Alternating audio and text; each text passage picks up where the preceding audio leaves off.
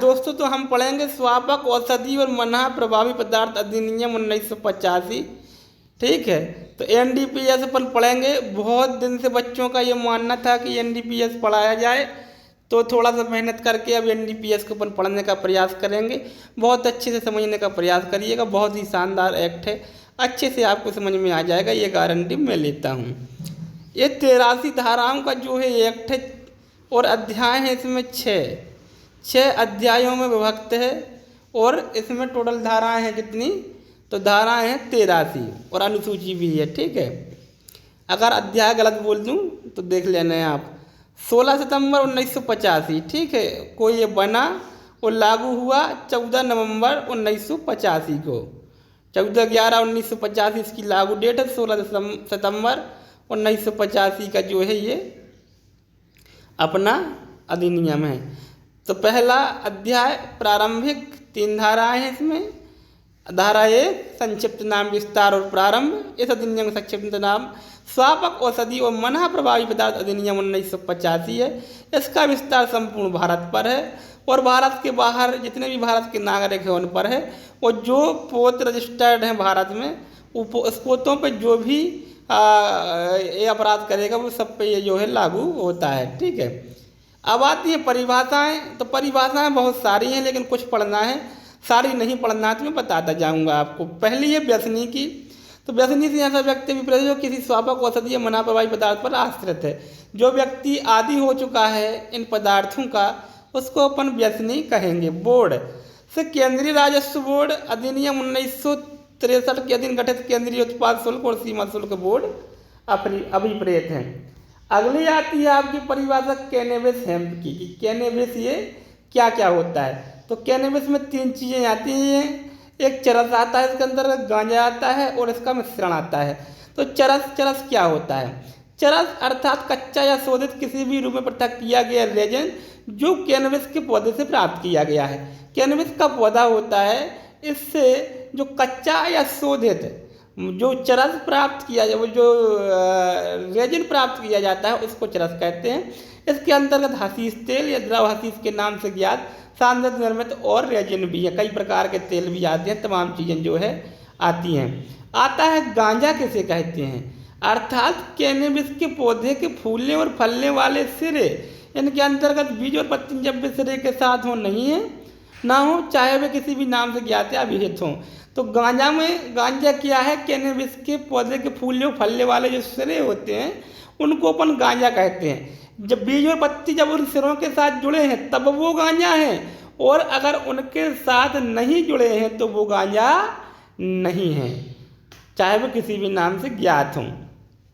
उपरोक्त किसी भी प्रकार की कैनबिस का कोई मिश्रण, चाहे वह किसी निष्प्रभावी पदार्थ सहित या उसके बिना हो या उससे निर्मित कोई पेय, ये सब चीज़ें इसमें आ जाती हैं। अगला है कैनबिस का पौधा कैसे अभिप्रेत है, कैनबिस वंश का कोई भी पौधा। केंद्रीय कारखाने कौन से हैं, जिसमें केंद्र सरकार की पूंजी कितनी है, 51% शेयर जिस भी कंपनी में लगे हैं वो क्या है, केंद्र सरकार के कारखाने हैं। अब चौथी परिभाषा आती है कोका के व्युत्पाद। तो कोका के व्युत्पाद में कच्चा कोकेन, एक गोनिन कोकेन और सभी निर्मितियाँ जिनमें कोकेन की मात्रा कितनी है, 0.1% है, ये सब कोका के व्युत्पाद कहलाते हैं। कोका की पत्ती से अभिप्रेत है। कोका के पौधे की पत्ती, जितनी भी पत्तियाँ होती हैं सिवाय उस पत्ती के जिसमें सभी एक गोनिन कोकेन और कोई अन्य एक गोनिन एल्केलाइड निकाल लिए गए हैं, सभी पत्तियाँ कोका की पत्ती कहलाती है। लेकिन अगर उसमें से एक गोनिन कोकेन वगैरह उसके रस निकाल लिए गए हैं, जो माल है उसमें से निकाल लिया गया है, तो फिर ये पत्ती नहीं कहलाएगी, क्योंकि पत्ती क्या, वो तो राख बची, उसमें कुछ बचा नहीं है। उनका कोई मिश्रण, चाहे वह निष्प्रभावी पदार्थ है क्या उसके बिना हो, ठीक है। और लेकिन ऐसा कोई निर्मित अगर उसमें कोकेन 0.1% है, कोई ऐसा चीज़ बना दी जिसमें कोकेन 1% से 0.1% से ज़्यादा है, तब वो फिर कोकेन कहलाएगा, कोका की पत्ती जो है वो फिर नहीं कहलाएगा। कोका का पौधा क्या कहलाता है, कोका के पौधे से एरिथ्रोजाइलान वंश की किसी जाति का पौधा अभिप्रेत है। ठीक है, एरिथ्रोजाइलान वंश की किसी जाति का पौधा अभिप्रेत है कोका के पौधा से। अब आती है, ठीक है, 6 धाराएं हो जाती हैं। अब इसके बाद आती है 6 का, ठीक है, कितनी, 7 का, सॉरी 6 नहीं 7 का, 7 के बाद 7 का आती है। स्वापक औषधि मुनाफेबाजी पदार्थ के संबंध में वाणिज्यिक मात्रा क्या होती है? तो केंद्र सरकार ने एक सूची बनाई है, उस सूची में जिसको वाणिज्यिक मात्रा लिखा है वो जो है वाणिज्यिक मात्रा मानी जाएगी। इसके बाद अपन को पढ़ना है, सीधी परिभाषा पढ़ना है 8 खाकी की अवैध व्यापार क्या है। तो ये सीधे ये पढ़ना, बाकी कुछ आपको पढ़ने की आवश्यक नहीं है। स्वापक औषधि और मुनाफेबाजी पदार्थों के संबंध में अवैध व्यापार से निम्नलिखित अभिप्रेत हैं, अर्थात कोके के पौधे की खेती करना या कोके के पौधे के किसी भाग का संग्रह करना, या तो खेती करना या उसको किसी भाग को इकट्ठा करना। अफीम पोस्त या किसी कैनबिस के पौधे की खेती करना, अफीम पोस्त या किसी कैनबिस के पौधे की खेती। स्वापक औषधि या मुनाफेबाजी पदार्थों के उत्पादन, निर्माण, कब्जा, विक्रय, किराए, भंडारण, छिपाव, उपयोग या उपभोग, अंतरराज्यिक आयात, अंतरराज्यिक निर्यात, भारत में आयात, भारत से निर्यात या आनंदन का कार्य करना। स्वापक औषधियों या मुनाफेबाजी पदार्थों के खंड 1 से खंड 3 तक में निर्दिष्ट क्रियाकलापों से भिन्न क्रियाकलापों से व्यवहार करना, ठीक है। उपखंड 1 से उपखंड 4 तक में निर्दिष्ट किसी क्रियाकलापों के परिसर का प्रबंध करना, उसे किराए पर देना। ये सब क्या है? अवैध व्यापार हैं। ये करो, खेती करोगे तो भी दंड, उपयोग, कब्जा, निर्माण, आयात निर्यात कुछ भी करोगे सब अवैध व्यापार हैं। और इसके लिए जमीन वगैरह दोगे, ये भी सब क्या है? अवैध व्यापार हैं, ठीक है। बाकी यहाँ पे आपको और कुछ पढ़ने की आवश्यकता ज़्यादा है नहीं। अब इसके बाद यहाँ पर भी आपको कुछ नहीं पढ़ना है, आपको पढ़ना है सीधे पढ़ना है आपको। ये परिभाषा पढ़नी है, 14 नंबर की परिभाषा पढ़नी है। स्वापक औषधि क्या होती है? तो स्वापक औषधि से कोका की पत्ती, कैनबिस, हेम्प, अफीम, पोस्तरण अभिप्रेत है और इसके अंतर्गत सभी निर्मितियाँ औषधियाँ हैं। तो स्वापक औषधि में क्या क्या आता है? कोका की पत्ती, कैनबिस और अफीम, पोस्तरण है, और इसके अंतर्गत जो भी बनाया जाता है सब स्वापक औषधि आती है। तो कोका की पत्ती, कैनबिस, अफीम, पोस्तरण अभिप्रेत है, इनके अंतर्गत सभी निर्मित औषधियाँ आती हैं स्वापक औषधि के अंतर्गत, ठीक है। अब पढ़ना है अफीम की 15 में। अफीम से अभिप्रेत है अफीम पोस्त का स्कंदित रस। जो अफीम पोस्त का रस होता है वो अफीम है। अफीम पोस्त के स्कंद रस का कोई मिश्रण, चाहे वह निष्प्रभावी पदार्थ शायद या उसके बिना हो, कोई मिश्रण किसी प्रकार से बनाया गया हो, किस अंतर्गत, इसके अंतर्गत कोई भी ऐसी निर्मित नहीं है जिसमें 0.2% से अधिक अनधिक मार्फिन हो, ठीक है, ठीक है। 0.2% से ज़्यादा अगर मार्फिन नहीं है तो फिर क्या है? वो निर्मित अफीम नहीं है, ठीक है। तो 0.2% से ज़्यादा मार्फिन होना आवश्यक है। अफीम के व्युत्पाद से अभिप्रेत है। अफीम के व्युत्पाद क्या क्या आएंगे? अगली परिभाषा, औषधीय अफीम अर्थात ऐसी अफीम जिसका भारतीय भेषज कोष या केंद्रीय सरकार द्वारा इस निमित्त अधिसूचित किसी अन्य भेषज कोष की अपेक्षाओं के अनुसार औषधीय प्रयोग के लिए अनुकूलित करने के लिए आवश्यक प्रसंस्कार कर दिया गया है, चाहे वह चूर्ण के रूप में या कणिका के रूप में या अन्यथा हो, अथवा निष्प्रभावी पदार्थों से मिश्रित हो। आती है बी, निर्मित अफीम अर्थात अफीम को धूम्रपान के उपयुक्त सार में रूपांतरित करने के लिए प्रकल्पित किन्हीं क्रमबद्ध संक्रियाओं द्वारा अभिप्राप्त अफीम का कोई उत्पाद। ये सब चीज़ें इसमें आती हैं। धूम्रपान करने के पश्चात बचा हुआ कोई मंडूर या अन्य अवशेष, ये सब उत्पाद हैं उसके। फेनेथ्रन, एल्केलाइड अर्थात मार्फिन, कोडीन, थिबियन और उनके लवण, ये सब चीज़ें इसमें क्या आती हैं? अफीम के उत्पाद कहलाते हैं। अफीम पोस्त से अभिप्रेत है पेपेवर सोमनिफेरम एल जातियों का पौधा, ये अफीम के पोस्त होते हैं, ठीक है। पेपेवर की किसी अन्य जाति का पौधा जिससे अफीम या फेनेथ्रन एल्केलाइड निकाला जा सकता है, और इसे केंद्र सरकार राजपत्र अधिसूचना द्वारा इस अधिनियम के तहत अफीम पोस्त किस्म क्या है, इसको तो एक बार पढ़ लेना है आप, ताकि अगर कॉन्सेप्चुअल कोई क्वेश्चन आए तो आप उसको कर जाएं। पोस्तरण की परिभाषा आती है 18 में। पोस्तरण से फसल कटाई के पश्चात अफीम पोस्त के बीजों के सिवा सभी भाग अभिप्रेत हैं, चाहे वे मूल रूप में हो या कटे हुए हों, ठीक है। बीज के अलावा सभी पोस्तरण आते हैं, संदलित या चूर्णित हों, चाहे उनमें से रस निकाला गया हो या ना निकाला गया हो, ठीक है दोस्तों। इसके बाद पढ़ना है आपको सीधी की सीधी, ये आना है 23 पे आना है लास्ट परिभाषा, इसके बाद परिभाषा नहीं पढ़नी है। मना प्रभावी पदार्थ से अभिप्रेत है कोई प्रकृति या संश्लिष्ट पदार्थ या कोई प्राकृतिक सामग्री, तो ऐसे पदार्थ या सामग्री या कोई लवण जो अनुसूची में निर्दिष्ट मना प्रभावी पदार्थों की सूची में सम्मिलित ही निर्मित है। मना प्रभावी पदार्थों की अलग से सूची दी गई है, उसमें अगर जो आता है वो प्रभावी पदार्थ माना जाएगा, और बाकी जो है कोका और कैनबिस और ये सब चीज़ें अफीम वगैरह, अफीम पुस्तरण, ये सब स्वापक औषधि में आते हैं, तो वो पहले अपन ने पढ़ लिए हैं। ठीक है, अब हमें पढ़ना है अगला अध्याय।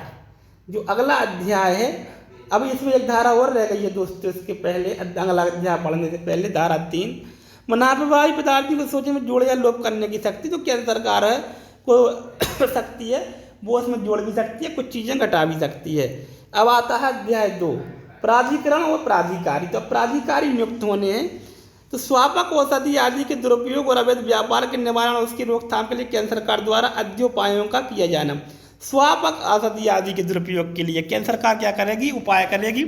इस अधिनियम के उपबंधों के अधीन रहते हुए केंद्र सरकार स्वापक औषधियों, मना प्रभावी पदार्थों के दुरुपयोग तथा उनके अवैध व्यापार के निवारण और रोकथाम के प्रयोजन के लिए और उनके चिकित्सीय और वैज्ञानिक उपयोग को सुनिश्चित करने के लिए ऐसे सभी अद्योपाय करेगी जो वह आवश्यक और समीचीन समझे। ठीक है, क्या करेगी, सभी उपाय जो है करेगी। कैसे क्या क्या करेगी, व्यसनों की पहचान, उपचार, कैसे कि इनका कब्जा रोका जाए, ये सब चीज़ें सामान्य चीज़ें, कैसे इसका वैज्ञानिक उपयोग किया जाए, इन सब के लिए उपाय करेगी कि इसका दुरुपयोग रुके और लोगों को अच्छी सलाह इसके बारे में दी जाए कि ये बुरी चीज़ है, इसको उपयोग ना किया जाए, अच्छे कामों में इसका उपयोग किया जाए। केंद्र सरकार के अधिकारी, तो केंद्र सरकार अपने अधिकारी नियुक्त करेगी। इसमें मेन है कि एक स्वापक आयुक्त नियुक्त करेगी, इसको ध्यान रखना। बाकी अन्य नामों से चाहे जितने कर्मचारी याद कर सकती है, अब मतलब पदावहत कर सकती है, कोई बड़ी बात नहीं है। स्वापक औषधि और मना प्रभावी पदार्थ समिति, तो सरकार स्वापक औषधि और मना प्रभावी पदार्थों पर जो है सरकार सलाह देने के लिए एक परामर्श समिति का गठन करेगी, जिसमें एक अध्यक्ष और 20 से अनध्यक्ष सदस्य होंगे। अधिकतम 20 सदस्य होंगे, 20 से ज़्यादा नहीं होंगे, और एक अध्यक्ष होगा। तो इसकी नियुक्ति केंद्र सरकार राजपत्र में अधिसूचना द्वारा करेगी, जो सलाह देगी कि कैसे इन सब चीज़ों से निपटना है। इतना ही इसमें इम्पोर्टेंट है इस धारा में, इसके अलावा कुछ भी दोस्तों इम्पोर्टेंट है नहीं। साथ आती है राज्य सरकार के अधिकारी, तो राज्य सरकार अपने अधिकारी नियुक्त समझेगी, ये जिस नाम से वो नियुक्त करना चाहे कर सकती है, ये धारा 7 कहती है। तो 2 अध्याय हमने यहाँ तक पढ़ लिए। अब आता है अध्याय 2 का। अध्याय 2 का औषधि के दुरुपयोग के नियंत्रण के लिए राष्ट्रीय निधि। जो औषधि का दुरुपयोग है, इसके नियंत्रण के लिए एक राष्ट्रीय निधि बनाई जाएगी। ठीक है, तो 7 का कहती है औषधि के दुरुपयोग नियंत्रण के लिए एक राष्ट्रीय निधि। केंद्र सरकार राजपत्र में अधिसूचना द्वारा एक निधि स्थापित कर सकेगी, जो राष्ट्रीय औषधि दुरुपयोग नियंत्रण निधि। ठीक है, जैसे इस अध्याय में इसके पश्चात निधि कहा गया कहलाएगी, उसमें निम्नलिखित जमा किया जाएगा। क्या क्या उसमें जमा होगा। नंबर 1, वह रकम जो केंद्रीय सरकार इस निमित्त संसद की विधि द्वारा विनियोग के पश्चात उपलब्ध कराए। ऐसी रकम जो केंद्र सरकार संसद में कानून के द्वारा इसमें जमा कराए, वो रकम जमा होगी। अध्याय 5 का के अधीन संप्राप्त की संपत्ति के विक्रय आगम। जब 5 का के अधीन कोई चीज़ संप्राप्त की जाती है, संप्राप्त और अधिग्रहण में दोस्तों अंतर होता है, दोनों अलग अलग चीज़ें हैं। ठीक है, तो जब केवल अधिग्रहण जब होता है, निर्णय के पहले जब कोई संपत्ति सरकार द्वारा अधिग्रहित की जाती है, तो उसका विक्रय वगैरह नहीं हो सकता, लेकिन संप्राप्त हो जाती है कोर्ट के आदेश के बाद, तो उसका विक्रय हो सकता है। और जो विक्रय होगा, उसका जो पैसा आएगा नीलामी वगैरह में, वो भी इसी कोष में जमा होगा। ऐसे कोई अनुदान जो किसी व्यक्ति संस्था द्वारा दिए जाएं, पूर्वों को बंदों के अधीन निधि में जमा की गई रकम के विनिधान से कोई आय, इन सबसे कोई जो आय होगी जब जमा की गई रकम से, वो सब जो है इसमें हो सकता है। निधि का उपयोजन केंद्र सरकार द्वारा निम्नलिखित के लिए किया गया अध्यापन संबंध में उपगत व्यय की पूर्ति के लिए किया जाएगा। अब इसको जो पैसा आ गया, उसका काय में होगा, इसका उपयोग भी करना है भाई। ठीक है, तो इसके व्यापार को रोकथाम करना है, इसका दुरुपयोग नियंत्रण करना है, व्यसनों की पहचान करना, उनका उपचार कराना है, उन्हें फिर से बसाना है। ठीक, उन्हें शिक्षित करना है इसके बारे में, चिकित्सा के लिए इसका जो है उपयोग किया जाना, ये सब चीज़ें जो है इसमें आपकी आ जाएंगी। आगे आता है 7 का निधि के अधीन वित्त पोषित क्रियाकलापों की वार्षिक रिपोर्ट। तो सरकार वार्षिक रिपोर्ट सरकार को देना पड़ेगी, ये ठीक है कि और वो प्रकाशित भी करेगी कितना पैसा आया है, कहाँ खर्च हुआ है, क्या हुआ है। अब आता है अगला अध्याय, बहुत ही महत्वपूर्ण है। प्रतिषेध नियंत्रण और विनियमन अध्याय 3 में है। तो धारा 8 कहती है कुछ संक्रियाओं का प्रतिषेध। कोई व्यक्ति किसी कोका के पौधे की खेती या कोका के पौधे के किसी भाग का संग्रह या अफीम पोस्त या किसी कैनबिस के पौधे की खेती या किसी स्वापक औषधि या मना प्रवाही पदार्थ का उत्पादन, विनिर्माण, कब्जा, विक्रय, क्रय, परिवहन, भंडारण, उपयोग, उपभोग, अंतर्राज्यीय आयात, अंतर्राज्यीय निर्यात, माने एक प्रांत से दूसरे प्रांत में, भारत से बाहर और भारत के से बाहर और बाहर से भारत में जो है आयात निर्यात या यानांतरण नहीं करेगा। ठीक है। जो लाइसेंस वगैरह के हैं वो दवाइयाँ वगैरह बनाने के लिए, वैज्ञानिक प्रयोजनों के लिए हैं, इनको छोड़कर इन सब चीज़ों को जो है नहीं करेगा, अपने कब्जे में नहीं रखेगा, उपयोग, विक्रय, भंडार ये सब चीज़ें जो है नहीं करेगा। इसको एक बार पढ़ लेना, इससे ज़्यादा इसमें है नहीं कुछ, ऊपर की चीज़ें मैंने, बाकी ये चीज़ें देख लेना है आप कि यही है, हर जगह यही लिखा मिलेगा। उत्पादन नहीं करेगा, विनिर्माण नहीं करेगा, कब्जा नहीं रखेगा, विक्रय, क्रय, परिवहन, माने यहाँ से कार वगैरह, गाड़ी वगैरह से किसी जीव जंतु पर रख के कहीं ले नहीं जाएगा। ठीक है। इकट्ठा नहीं करेगा, उसका स्टोर नहीं बनाएगा, उपयोग नहीं करेगा, उपभोग नहीं करेगा। इन सब चीज़ें जो है इसमें आपकी आ जाती हैं। ठीक है। तो ये सब जो है नहीं करेगा। ये धारा करती है प्रतिषेध, धारा 8। अब जो इसका उल्लंघन करेगा वो 15 से उसके दंड चालू होते हैं। ठीक है। यहाँ पे वो प्रतिषेध कर सकती है कि इन चीज़ों का जो है कोई ये अपराध होगा, ये सब काम जो है करना। ठीक है। अब आती 8 का अपराध के व्युत्पन्न संपत्ति संबंधित कतिपय क्रियाकलापों का प्रतिषेध। तो जो इन अपराधों से, जैसे अफीम के विक्रय से जो पैसा आया या अवैध व्यापार से जो पैसा आया, उस पैसे के उस आगम के जो संपत्ति व्युत्पन्न हुई है उसके क्रियाकलापों का प्रतिषेध। ठीक है। तो कोई भी व्यक्ति है जानते हुए कि ये संपत्ति इस अपराध से प्राप्त हुई है, उसको रूपांतरण नहीं करेगा, उसको खरीदेगा नहीं, उसको उस पैसे से बेचेगा नहीं, ये सब चीज़ें नहीं करेगा। धारा का कहती है कि वो प्रतिषेध करता है। ठीक है। खा कहती है किसी संपत्ति की प्रकृति, स्रोत, अवस्थिति, व्यन को यह जानते हुए कि यदि संपत्ति इस अधिनियम के अधीन या किसी अन्य देश की किसी अन्य तदस्थानीय विधि के अधीन किए गए किसी अपराध में व्युत्पन्न की गई है, नहीं छिपाएगा या उसका उपयोग नहीं बदलेगा। ये सब चीज़ें जो है इसमें प्रतिषिद्ध की गई हैं। सी क्या प्रतिषिद्ध किया गया है? जानते हुए किसी ऐसी संपत्ति का जो इस अधिनियम के अधीन या किसी अन्य देश के किसी अन्य तदस्थानीय विधि के अधीन किए गए किसी अपराध में व्युत्पन्न की गई है, अर्जन नहीं करेगा, मतलब उसको नहीं लेगा, कब्जे में नहीं रखेगा, उसका उपयोग जो है दोस्तों नहीं करेगा। तो इस तरीके से 8 और 8 हमने पढ़ ली। धारा 9 अनुज्ञा देने, नियंत्रण, विनियमन करने की केंद्र सरकार की शक्ति। तो केंद्र सरकार चाहे तो अनुज्ञा दे सकती है कि कोई व्यक्ति इसका लाइसेंस ले ले, भाई की खेती करे, अफीम की, गांजे की, ठीक है, उसके इन नियमों के अंतर्गत करे, कहाँ कैसी सब चीज़ें कब्जा में रखे, परिवहन करे। तो पूरा का पूरा नियंत्रण किसके हाथ में होगा? ठीक है, किसके हाथ में होगा? गवर्नमेंट के हाथ में होगा। केंद्र सरकार सारे के सारे नियम जो है इसके संबंध में बनाई, किसको लाइसेंस देना है, कहाँ कारखाना खोलना है, कैसे दवाइयों का निर्माण होना है, कैसे अफीम की खेती होना है, क्या होना है, क्योंकि जरूरी तो सब चीज़ें हैं भाई। ठीक है, क्योंकि मेडिसिन का बहुत ज़्यादा यूज है। तो ये सब चीज़ें धारा 9 में लाइसेंसिंग वगैरह की प्रोसेस दी गई है। 9A में नियंत्रित पदार्थों को नियंत्रण विनियमित करने की शक्ति। ठीक है, तो उसमें पदार्थों का नियंत्रण बताया गया है 9 में। अब उन पदार्थों को नियंत्रित तो विनियमित कैसे करना है, किसको बेचना है, क्या करना है, इनके बारे में सब नियम को, ये शक्ति भी किसको होगी? केंद्र सरकार को होगी। 9 काम होगी, कोई बड़ी बात नहीं है। एक बार इसको आप अगर पढ़ भी लेंगे तो भी आपका जो है काम हो जाएगा। अनुज्ञा देने, नियंत्रण करने, विनियमन करने की राज्य सरकार की शक्ति। अब ये सारा का सारा काम राज्य सरकार 10 में कर सकती है। 9 में केंद्र सरकार कर रही थी, लाइसेंस देना है, खेती किससे करवाना है, किस दर पे करवाना है, कहाँ से बीज उपलब्ध कराना है, कैसे उसका भंडारण करना है, कहाँ कारखाना खोलना है, कहाँ दवाई, सारे के सारे नियम बनाएगी धारा 10 में आपकी जो है राज्य सरकार। आगे आता है आपकी आती है धारा 11। तो धारा 11 कहती है स्वापक औषधियों या मनाप्रवाही पदार्थों आदि को क्रस्तम या कुर्की के दायित्वाधीन न होना। तो जो स्वापक औषधियों मनाप्रवाही पदार्थ होते हैं, जैसे गांजा है, अफीम है, पोस्तरा है, इन सब चीज़ें कुर्की के अधीन नहीं होंगी। जैसे मान लो 50,000 रुपया किसी बैंक को आपसे वसूल ले या कोर्ट को आपसे वसूल ले है 50,000 रुपया, तो ये नहीं कि उन भैया 5,000 का आपके यहाँ से गांजा मिल गया तो वो वसूली में चला जाए, उसकी कुर्की नहीं होगी। वो तो अगर आपके घर में पाया जाएगा तो वो अलग चीज़ है, उसका अलग मैटर होगा, वो गवर्नमेंट में संप्राप्त हो जाएगा और आपको वापस नहीं मिलेगा, उसका पैसा आपको जो है नहीं मिलेगा। ठीक है, तो ये उसकी दायित्वधीन नहीं होगी, इससे छूट है।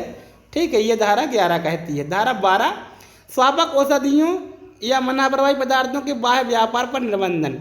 ठीक है, तो बिना लाइसेंस के, बिना केंद्र सरकार की अनुमति के कोई भी व्यक्ति स्वापक औषधीय मना प्रभावी पदार्थों को ना भारत से बाहर ले जा सकता है, ना भारत में विदेशों से ला सकता है।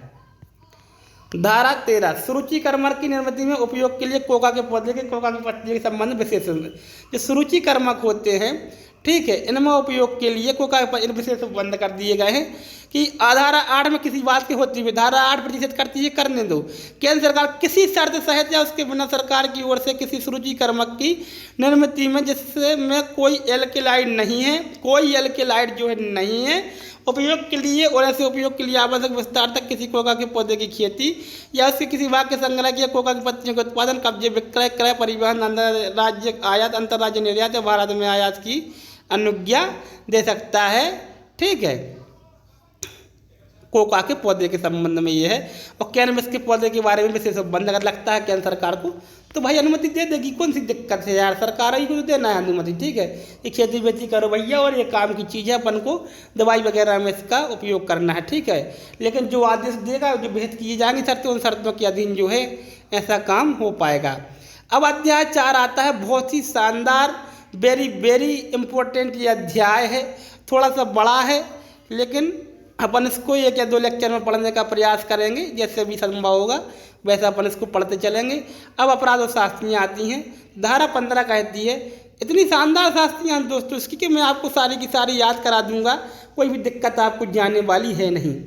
पोषण के संबंध में उल्लंघन के लिए दंड, जो कोई इस अधिनियम के अधीन किसी उपबंध के अधीन बनाएगा, किसी नियम में या निकालेगा किसी आदेश या दी गई किसी अनुज्ञप्ति की शर्त के उल्लंघन में, पोस्ट तरण का उल्लंघन में, शर्त के उल्लंघन में अगर लाइसेंस है तो, और नहीं है तो कोई बात ही नहीं है, उत्पादन, कब्जा, परिवहन, अंतर्राज्यिक आयात, अंतर्राज्यिक निर्यात, ठीक है, विक्रय, क्रय, उपयोग करेगा, उसको भंडागार में रखेगा या लोप करेगा या भंडागार पोषण को हटाएगा, उसकी बाबत कोई कार्य करेगा, वह उल्लंघन जहाँ अल्प मात्रा एक होती है, अल्प मात्रा अलग अलग घोषित किया, अल्प मात्रा, ठीक है, और एक वाणिज्यिक मात्रा घोषित किया गया और अल्प मात्रा घोषित किया गया है। ठीक है, जैसे मान लो 100 ग्राम अल्प मात्रा है गांजे की, 100 ग्राम तक पाया जाता है तो अल्प मात्रा मानी जाएगी, मतलब 1 वर्ष तक की सूची में लिखा है पूरा का पूरा कौन अल्प मात्रा कितनी वाणिज्यिक मात्रा है, तो सजा होगी 1 वर्ष तक की सजा और या 10,000 रुपये तक का जुर्माना या दोनों जो है हो सकते हैं। ठीक है, ये सिस्टम इसका है। दूसरी अल्प मात्रा से ज़्यादा है लेकिन वाणिज्यिक मात्रा से कम है तो 10 वर्ष तक की सजा हो सकेगी या और जुर्माना जो 1 लाख रुपए तक का हो सकेगा। और अगर वाणिज्यिक मात्रा है तो कम से कम क्या होगी, तो कम से कम 10 वर्ष की सजा होगी। ठीक है, और 20 वर्ष तक की हो सकेगी, जुर्माना 1 लाख रुपए से कम नहीं होगा, 10 साल से सजा कम नहीं होगी, जुर्माना 1 लाख से कम नहीं होगा, सजा 20 लाख तक हो सकेगी और जुर्माना 2 लाख रुपए तक हो सकेगा, और चाहे 2 लाख से अधिक भी लगा सकती है न्यायालय कारण लेखबद्ध करके। तो दोस्तों ये 3 प्रकार की सजाएं आप रख लो, ये बहुत ही ज़्यादा इम्पोर्टेंट है इस एक्ट के लिए। अल्प मात्रा में 1 वर्ष तक की या 10,000 रुपये तक का जुर्माना या दोनों, अल्प मात्रा से अधिक है लेकिन वाणिज्यिक मात्रा से कम है, व्यापारिक मात्रा से जैसे गांजा 1 किलोग्राम से कम है लेकिन 100 ग्राम से अधिक है तो 10 वर्ष तक की सजा और 1 लाख रुपए तक का जुर्माना। और अगर वाणिज्यिक मात्रा है दोस्तों तो कम से कम 10 वर्ष की सजा, अधिकतम 20 वर्ष की सजा, 1 लाख रुपए से कम का जुर्माना नहीं होगा, 2 लाख रुपए तक का हो सकेगा, आवश्यकता पड़े तो बढ़ा भी सकते हैं। 16 कोका के पौधे और कोका की पत्तियों के संबंध में उल्लंघन के लिए दंड। ठीक है, अभी अपन ने क्या पढ़ा था, अभी अपन ने पढ़ा था पोषण के संबंध में। अब आती है कोका के पौधे और कोका की पत्तियों के संबंध में विशेष बंद। ठीक है, तो कोका के संबंध की जो पत्तियां हैं इसके संबंध में इसकी कोई खेती करेगा, ठीक है, इसके खेती करेगा कोका के पौधे की उल्लंघन में बिना लाइसेंस के या लाइसेंस की शर्तों के उल्लंघन में उत्पादन, कब्जा, विक्रय, क्रय, परिवहन करेगा तो उसके लिए 10 वर्ष तक की कारावास से और जुर्माना जो 1 लाख रुपए तक का हो सकेगा दंडनीय होगा। इस तरीके से हमने इसको जाना। धारा 17 निर्मित अफीम के संबंध में उल्लंघन। जब अफीम बन जाती है उसको बढ़िया तरीके से निर्मित कर दिया जाता है तब इसके संबंध में भी सेम वही सजा है, अल्प मात्रा में उतनी जितनी ही मैंने बताया था आपको। ठीक है, 1 वर्ष तक की सजा या 10,000 रुपये जुर्माना या दोनों बीच की है। अल्प मात्रा से ज़्यादा है उससे कम है तो 10 वर्ष तक की सजा 1 लाख रुपये जुर्माना। वाणिज्यिक मात्रा से 1 से कम नहीं होगा 2 लाख तक का जुर्माना, 10 से कम नहीं होगी 20 वर्ष तक की सजा। 18 अफीम पोस्त और अफीम के संबंध में उल्लंघन के लिए दंड। इसमें अभी सेम के सेम ये तीनों पॉइंट हैं, ये इसमें आपको रखने की आवश्यकता नहीं, बस ये रख लेना कि अफीम पोस्त अफीम के संबंध में उल्लंघन के लिए दंड कहाँ कहाँ है। आगे आता है खेतीहर द्वारा अफीम के गबन के लिए दंड। तो धारा 19 उन लोगों के लिए दंड का प्रावधान करती है जिनके पास लाइसेंस है अफीम की खेती करने वगैरह का। अगर वो उसको चोरी कर लेते हैं या उसको अन्य तरीके से बयान करते हैं, चोरी छिपे बेचते हैं, 10 वर्ष तक की मिनिमम सजा होगी, 10 से कम की नहीं होगी, 20 तक हो सकेगी। 1 लाख रुपये से कम का जुर्माना नहीं होगा, 2 लाख रुपये तक का हो सकेगा, दंड नहीं होगा, आवश्यकता पड़ने में बढ़ा भी सकते हैं। कैनबिस के पौधे और कैनबिस के संबंध में उल्लंघन के लिए दंड। तो 2 प्रकार, जो कैनबिस का पौधा है इसके लिए 2 प्रकार की बातें हैं कि एक उसकी खेती करने के लिए दंड है और दूसरा है उसका उत्पादन, विनिर्माण, कब्जा, विक्रय, क्रय, परिवहन, अंतर्राज्यिक आयात, आंतरिक निर्यात का उपयोग करने के लिए। तो भाई 2 प्रकार की बातें यहाँ पे हुई हैं तो 2 प्रकार के दंड भी होंगे। तो पहला दंड है कि अगर खेती वेती करता है तो उसके लिए 10 वर्ष तक की सजा है और 1 लाख रुपए तक का जुर्माना। बाकी उत्पादन, विक्रय और परिवहन वगैरह करता है, तीनों की तीनों कंडीशन आप फुलफिल कर लेना। वो अल्प मात्रा वाली, बीच वाली और लास्ट वाली सेम की सेम सजा है, कोई बड़ी बात है नहीं इसमें। आगे आते हैं मना प्रभावी पदार्थों के संबंध में उल्लंघन के लिए दंड। अब अपन ने अभी तक जो पढ़ा था इसके पहले पढ़ा का वो क्या पढ़ रहे थे अपन, वो औषधियों, स्वापक औषधियों से संबंधित चीज़ें थी। अब मना प्रभावी पदार्थ से संबंधित चीज़ों के उल्लंघन के लिए दंड आता है। तो जो कब्जे जो सब चीज़ें करेगा उसी प्रकार की ये तीनों की 3 सजाएँ हैं, ये अल्प मात्रा, बीच वाली और वो 1 वर्ष तक की, 10 वर्ष तक की, 10 से कम नहीं होगी 20 वर्ष तक की, जुर्माना 10,000, 1 लाख, 1 लाख से कम नहीं होगा 2 लाख तक आवश्यकता पड़ने पर बढ़ाया जा सकता है। ठीक है दोस्तों, समझ में ना आ रहा हो तो कमेंट में करके बता देना, आप फिर से मैं बताने का प्रयास करूँगा। स्वापक औषधियों और मना प्रभावी पदार्थों की अवैध रूप से भारत में आया तो भारत में निर्यात या अंतर के लिए दंड। तो जो भारत में अवैध रूप से लाएगा या ले जाएगा उसके लिए भी सेम का सेम दंड है, वही अल्प मात्रा से कम और ज़्यादा वाला। तो ठीक है, इसको अलग से बताने की आवश्यकता है नहीं। अब आती है धारा 12 के उल्लंघन में स्वापक औषधियों मना प्रभावी पदार्थों के बाह्य व्यवहार के लिए दंड। धारा 12 हमने क्या पढ़ेगी कि बाह्य व्यवहार को प्रतिषेध करता है। केंद्र सरकार की अनुमति के बिना कोई भी व्यक्ति जो है यहाँ से स्वापक औषधि या मना प्रभावी पदार्थ न बाहर भेज सकता है, न ला सकता है, और वो उसको उल्लंघन करता है और भेजता है वहाँ बाहर से यहाँ या यहाँ से बाहर, तो कम से कम 10 वर्ष तक की सजा, अधिकतम 20 वर्ष की सजा, 1 लाख रुपए से कम का जुर्माना नहीं होगा, 2 लाख रुपए तक का हो सकेगा, दंड नहीं होगा। ठीक है। आती है धारा 25, किसी अपराध किए जाने के लिए परिसर आदि का उपयोग किए जाने के लिए अनुज्ञा देने के लिए दंड। जो कोई इस अधिनियम के अधीन कोई अपराध करने के लिए अपनी जगह देगा, घर देगा, बरामदा देगा, सब कुछ देगा, वो उसी अपराध से दंडित किया जाएगा जो उस व्यक्ति के लिए है जिसने अपराध किया है। आती है धारा 25 का, धारा 9 के अधीन किए गए आदेशों के उल्लंघन के लिए दंड। धारा 9 का में जो आदेश किए गए हैं, ठीक है, नियंत्रित पदार्थ के नियंत्रण विनियमन संबंध, उसका जो उल्लंघन करेगा तो उसके लिए भी कठोर कारावास की जो है व्यवस्था की गई है। ठीक है। इसका के लिए दंड है 10 वर्ष तक की सजा और जुर्माना जो 1 लाख रुपए तक का हो सकेगा और इसको बढ़ाया भी जा सकता है। दोस्तों आती है धारा 26, अनुव्यक्तिदार या उसके सेवकों द्वारा किए गए कुछ कार्यों के लिए दंड। तो जिन व्यक्तियों के पास लाइसेंस वगैरह है ड्रग्स का काम करने का, तो उनके द्वारा, उनके सेवकों के द्वारा अगर निम्न 3 काम करे जाते हैं तो उनके दंड की व्यवस्था है। वो अपना लेखा विवरणी वगैरह जो हिसाब किताब रखना चाहिए वो अगर नहीं रख पाते हैं, बिना कारण के उसका लोप करते हैं, कोई केंद्र सरकार के राज्य सरकार का प्राधिकारी आता है उनसे जानकारी मांगता है, वो नहीं पेश करते हैं बिना कारण के, ठीक है, या मिथ्या सूचना देते हैं, तब ऐसी स्थिति में और उनके लिए अगर कोई दंड की व्यवस्था नहीं है तो 3 वर्ष तक की सजा या जुर्माना या दोनों से दंडनीय करने की व्यवस्था की गई है।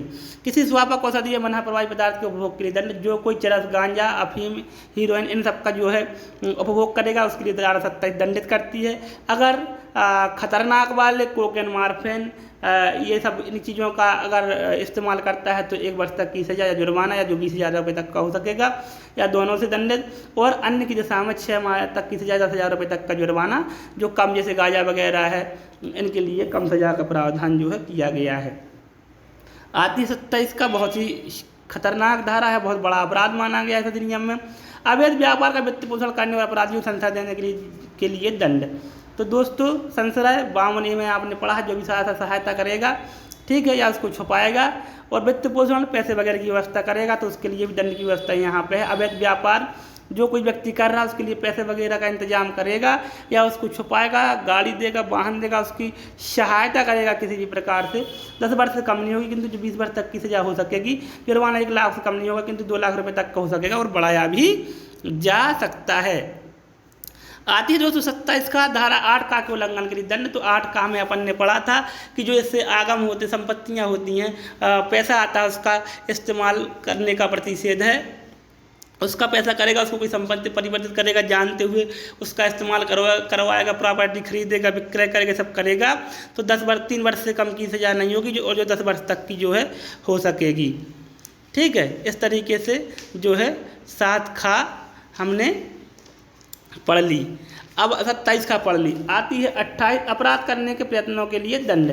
जो कोई इस अध्याय के अधीन दंडनीय कोई अपराध या ऐसे अपराध का किए जाने कार्य के प्रयत्न करेगा, प्रयत्न करने से उस अपराध के संबंध कोई कार्य करेगा, वह उस अपराध के लिए उपबंधित दंड से दंडनीय होगा।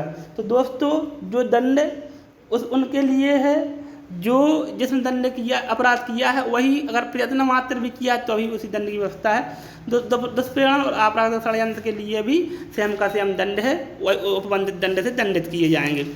आती है धारा 30, अगर जो है अपनी धारा 30 आती है तैयारी। अगर कोई व्यक्ति किसी अपराध की इस अधिनियम के अधीन तैयारी करता है तो उसके लिए दंड की व्यवस्था इतनी है दोस्तों कि जैसे मान लो न्यूनतम दंड जितना है उससे आधे न्यूनतम मिलेगा, जितनी अधिकतम दंड की व्यवस्था है तो उसका आधा अधिकतम उसके लिए माना जाएगा। जैसे किसी धारा में लिखा है कि कम से कम 10 वर्ष की सज़ा मिलेगी और अधिकतम 20 वर्ष की सज़ा मिलेगी, तो यहाँ पे तैयारी में मिनिमम मिलेगी 5 साल की और मैक्सिमम मिलेगी 10 साल की। जुर्माना 1 लाख है तो मिनिमम होगा 50,000 और 2 लाख है मैक्सिमम, तो मैक्सिमम 1 लाख से अधिक का नहीं होगा। इस तरीके से ये तैयारी हमारी दंडनीय है। पूर्व सिद्धि के पश्चात अपराधों के लिए दंड। तो जो पूर्व सिद्धि में दंड है, इसके लिए मैं आपको बता दूं, जैसे यहाँ पे आधा हुआ यहाँ पे 1.5 गुना हो जाएगा। जैसे एक बार कोई अपराध दंड नहीं हुआ उस धारा में 10 वर्ष से कम की सजा नहीं होगी किंतु 20 वर्ष की हो सकेगी। तो दोबारा वो कोई अपराध व्यक्ति करेगा उससे या उसका प्रयत्न करेगा या दुष्प्रेरण करेगा तो ये कम से कम 15 वर्ष की हो जाएगी और यहाँ अधिकतम 30 वर्ष की हो जाएगी। ऐसे जुर्माने में ये 1 लाख की जगह 1.5 लाख का हो जाएगा और ये 2 लाख की जगह 3 लाख का हो जाएगा। मतलब 1.5 गुना दंड हो जाएगा। न्यूनतम भी 1.5 गुना हो जाएगा कि इतने से कम की नहीं होगी, मैक्सिमम भी 1.5 गुना हो जाएगा कि इतने तक की हो सकेगी। इस तरीके से आपकी 31 धारा कंप्लीट हो जाती है। 31 का कहती है पूर्व सिद्धि के पश्चात कुछ अपराधों के लिए दंड। अगर पूर्व 2 सिद्धि भी हो जाती है किसी व्यक्ति की और धारा 19, 24 और 27 का के अधीन कोई अपराध करता है तो वो व्यक्ति उसको मृत्युदंड तक दिया जाएगा। अगर उसकी मात्रा ये हो जाती है, आगे मात्रा दी जाती है वर्धित मात्रा, जैसे मान लो अफीम 10 kilogram, morphine 1 kilogram, heroine 1 kilogram, ऐसे पूरा चार्ट दिया गया है इस धारा में अलग से, तो आप उसको देख सकते हैं। तो मृत्युदंड भी उसको मिल सकता है। 31 में मृत्युदंड है, ठीक है, कुछ अपराधों में, ठीक है। ये ज़्यादा इंपॉर्टेंट नहीं, केवल इतना याद रख लेना कि पूर्व 2 सिद्धि के पश्चात कुछ अपराध में मृत्युदंड है और धारा 19, 24 और 27 का के संबंध में अपराध है और मात्रा बढ़ जाती है दोस्तों, ठीक है। तो या तो जो धारा 31 में इसका कहना ऐसा है कि या तो धारा 31 में जो 31 का लगेगी जिस पे ये अप्लाई होगा, तो या तो धारा 31 वाला दंड मिलेगा या फिर मृत्युदंड उसको दिया जाएगा। दोनों में से कोई भी दंड दे सकते हैं। इसके बाद आती है 32 ऐसे अपराधों के दंड जिसके लिए कहीं उपबंध नहीं किया गया है, ठीक है। अनुज्ञा पत्र, लाइसेंस वगैरह के संबंध जहाँ कहाँ पर कोई अपराध के लिए कोई दंड नहीं दिया गया है वहाँ पर 32 प्रावधान करती है कि 6 माह तक की सजा या जुर्माना या दोनों से दंडित किया जा सके। दोस्तों ये थोड़ा सा प्रिंट सही नहीं आ रहा, बस 1 मिनट में सही आ जाएगा, मैं आपको पूरा पढ़ के सुना दूंगा। 32 का इस अधिनियम के अधीन दिए गए किसी दंडादेश या निलंबन का परिहार या लघुकरण ना होना। इस अधिनियम के अधीन अगर कोई भी दंडादेश पारित होता है तो उसका लघुकरण या परिहार नहीं किया जाएगा, केवल धारा 27 के, क्योंकि 27 में उपभोग के लिए दंड है, बहुत कम दंड है, तो यहाँ पर परिहार हो सकता है, लेकिन और कहीं न्यूनतम दंड से उच्चतर दंड अधिरोपित करने के लिए विचार में लिए जाने वाली बातें। अधिकतर धारा में दोस्तों इस अधिनियम की न्यूनतम दंड का प्रावधान है और अधिकतम दंड तक, और न्यूनतम दंड कब दिया जाएगा, न्यूनतम से ज़्यादा कब दिया जाएगा उच्चतर की ओर, 10 साल से मिनिमम की सजा है तो 15 की, 18 की, 12 की कब दी जाएगी, जब अपराधी द्वारा हिंसा या आयुध का उपयोग है उसका उपयोग की धमकी दी गई है, उपयोग करते करते लोक पद धारण करता है, कोई गवर्नमेंट की जॉब वगैरह में उसके बाद ये काम करता है, ठीक है, इसके कार्य से कोई आवश्यक प्रभावित होते हैं, ठीक है, यह तथ्य कि अपराध की शिक्षा संस्था जैसे कॉलेज वगैरह में बांट रहे थे या सामाजिक सेवा संकाय के पास, ठीक है, विद्यालय के पास, छात्रावास के पास, जहाँ बालक खेलते वगैरह उनके पास, ठीक है, या कोई अंतर्राष्ट्रीय राष्ट्रीय समूह वगैरह से जुड़ा हुआ है, ठीक है, यह तथ्य कि अपराधी अपराध करके सुकर बना के अन्य अवैध क्रियाकलापों में लगा हुआ है, तो इन सब की स्थिति ऐसी स्थिति बनती है तो फिर न्यूनतम दंड से ज़्यादा दंड जो है उसको दिया जाएगा। अब आती है धारा 33 दंड प्रिय संहिता 1973 की धारा 360 और परिवीक्षा अधिनियम का लागू होना। तो धारा 360 कहती है कि अगर 21 वर्ष से कम आयु का व्यक्ति होता है तो जेल नहीं भेजा जाएगा, 2 वर्ष तक की सजा भर्त्सना पे भी कोर्ट चाहे तो छोड़ सकती है, समझा बुझा के डांट टपट के। तो ये यहाँ पे लागू नहीं होगी, केवल तब लागू होगी, ठीक है, केवल कब लागू होगी, जब व्यक्ति की उम्र 18 वर्ष से कम की है उसी के लिए ये 360 और ये परिवीक्षा अधिनियम लागू होता है और किसी के लिए नहीं। और कब, जब धारा 26 और 27 के अधीन दंडनीय पाया गया है तब, अन्यथा की स्थिति में नहीं। आगे आता है अपराध के किए जाने से प्रवर्तन होने के लिए प्रतिभूति। तो दोस्तों जब कोई व्यक्ति, बिल्कुल आसान धारा है ये, मैं आपको बता रहा हूँ, जब कोई व्यक्ति इस अधिनियम के अधीन दंडित किया जाता है, ठीक है, कोई बस पढ़ने की आवश्यकता नहीं, समझने की आवश्यकता है, दंडित किया जाता है तो वह कोई अपराध ना करे, इसके लिए उसे 3 वर्ष तक का बॉन्ड भी कोर्ट भरवा सकती है कि आप 3 वर्ष का बॉन्ड भरोगे, सदाचारी बने रहोगे और जो है पालन करोगे शर्तों का और कोई अपराध नहीं करोगे। अगर अपील में दोष मुक्ति हो जाती है उसकी तो ये बंदपत्री भी उसके दोष मुक्त हो जाएंगे, लेकिन अगर अपील में उसको दोषी पाया जाता है और पहले नहीं बॉन्ड नहीं भरा गया था तो अपील कोर्ट भी इसका बॉन्ड जो है भरवा सकती है। आपराधिक मानसिक दशा की अवधारणा, ठीक है, तो इस अधिनियम के अधीन किसी ऐसे अपराध किसी अभियोजन में जिसमें अभियुक्त की मानसिक दशा अपेक्षित है, न्यायालय यह अवधारणा करेगा कि अभियुक्त की ऐसी मानसिक दशा थी किंतु अभियुक्त के लिए तथ्य साबित करने की प्रतिरक्षा होगी कि उसने अभियोजन के अपराध में आरोपित कार्य के बारे में उसकी मानसिक दशा नहीं थी।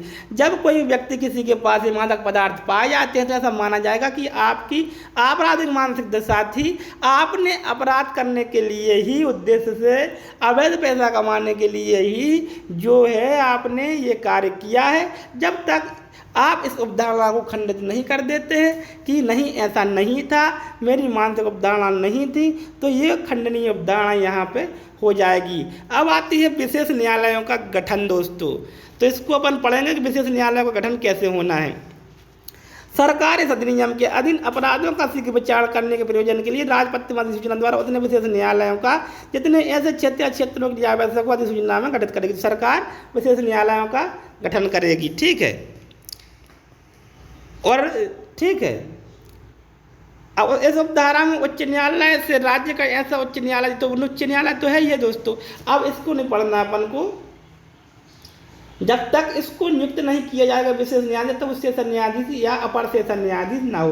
तो सेशन न्यायाधीश या अपर सेशन न्यायाधीश होगा, केवल उसी को जो है इसमें, ठीक है, किया जाएगा। आगे है विशेष न्यायालय द्वारा विचारणीय अपराध, तो इसमें बहुत सारा पढ़ने को है, आप पढ़ लेंगे, लेकिन इसमें मेन चीज़ें आपको बता दे रहा हूँ, ठीक है। जब अल्प मात्रा है किसी अपराध की और 3 वर्ष से कम का दंड उस धारा में है तो वो JMFC द्वारा विचारणीय है। अगर 3 वर्ष से ज़्यादा का अपराध है या मात्रा ज़्यादा है, अल्प मात्रा से ज़्यादा है, तो उनका विशेष न्यायालय द्वारा इनका जो है विचारण किया जाएगा। 36 का ऐसा प्रावधान करती है।